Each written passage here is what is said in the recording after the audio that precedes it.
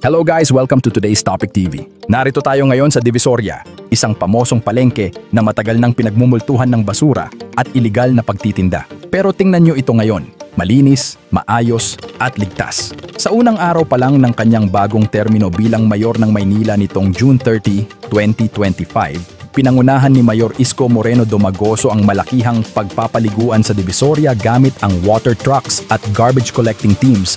Ito ay bahagi ng Tapat Ko, Linis Ko campaign na unang inilunsad pa noong 2019. Dito ay pinaiwas niya ang mga bangketa vendors na mag-iwan ng basura tulad sa Ilaya Street, at hindi lang Manila City Hall teams ang naglinis. Pati mismong mga vendors at residente nakisama sa flushing operations para tuluyang maibalik ang disiplina sa lansangan base sa mga report.